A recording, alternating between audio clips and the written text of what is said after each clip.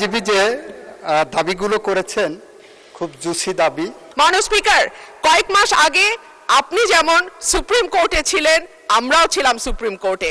আপনি আমাদের সমস্যা যেভাবে যত কাছের থেকে দেখেছেন, এই সমস্যার ভেতর দিয়ে আপনি গেছেন, আমরাও কিন্তু সেই একই সমস্যার ভেতর দিয়ে এখন যাচ্ছি। মাননীয় স্পিকার, আমি 1 টাকা বাজেট অনুমোদনের জন্য বলছি এ কারণেই যে 2025-26 সালে বিচার বিভাগের জন্য বরাদ্দ ছিল 2015 কোটি টাকা, যেটি জিডিপির 0.03% কাছাকাছি। এইবার এটি বেড়ে হয়েছে 2187 কোটি 58 লক্ষ টাকা। মাননীয় স্পিকার, এটাও জিডিপির 0.03% মতো, এর বেশি নয়।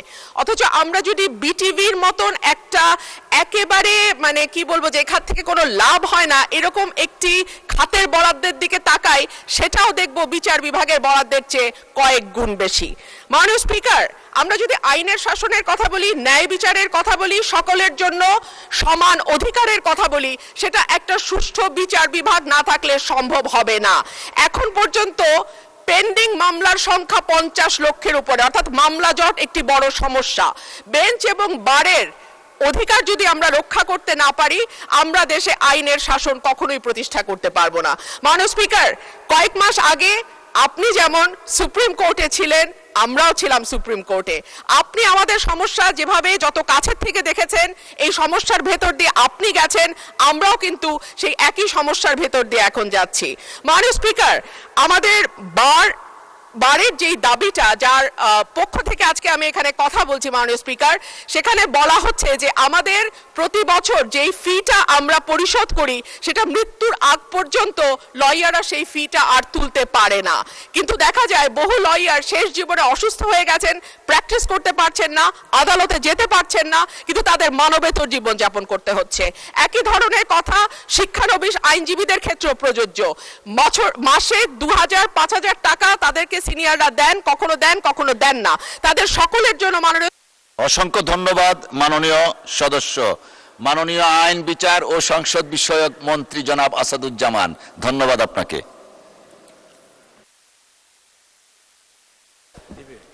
মাননীয় স্পিকার, আপনাকে ধন্যবাদ। মাননীয় স্পিকার, আপনি লক্ষ্য করেছেন অন্য দাবির ক্ষেত্রে কিন্তু মাননীয় সংসদ সদস্যরা নিজেরাই আর্গুমেন্ট করেছেন। এই দাবির ক্ষেত্রে ওনারা কিন্তু পোশাক পরিহিত আইনজীবী হায়ার করে এনে উপস্থাপন করেছেন। আমি দেখেছি ব্যান্ড, ওনারা এখনো ব্যান্ড আছে, খেয়াল করেছি আমি। সুতরাং আমাকে একটু রয়ে শয়ে বুঝে শুনে উত্তর দিতে হবে মাননীয় স্পিকার। মাননীয় স্পিকার, আইনজীবী যে দাবিগুলো করেছেন খুব জুসি দাবি, খুব ভালো দাবি, খুব জনপ্রিয় দাবি, কিন্তু ছাঁটাই প্রস্তাবের রুলস অফ প্রসিজিওরের 118 অনুচ্ছেদের 118 বিধিতে যে পেরিফেরি করে দেওয়া হয়েছে সেই আলোকে করা হয়নি বলে এটা মিসকনসেপ্ট আর্গুমেন্ট। সুতরাং এই আর্গুমেন্ট আমি গ্রহণ করতে পারছি না মাননীয় স্পিকার।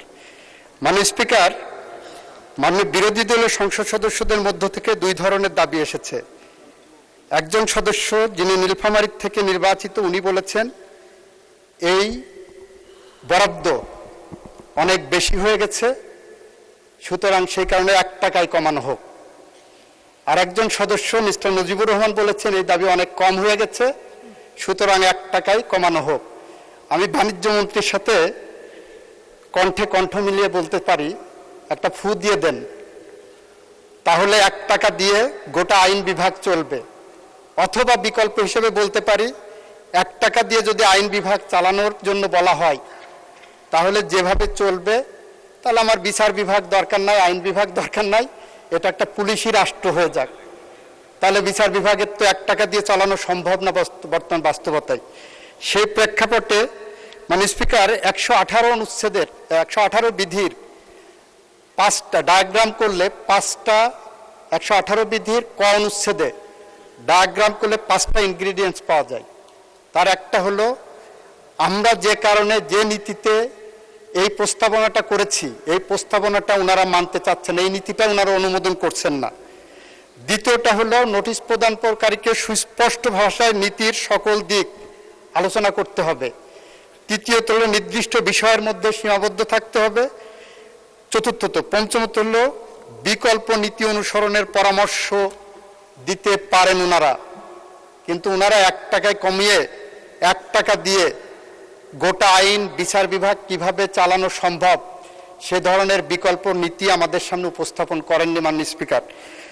সেটা যাই হোক মাননীয় স্পিকার, এই টাকাটা আমাদের বিচার বিভাগ চালানোর জন্য অপ্রতুল হলেও এই 2030-এর জুন পর্যন্ত এই টাকার বিকল্প আমাদের সামনে কোনো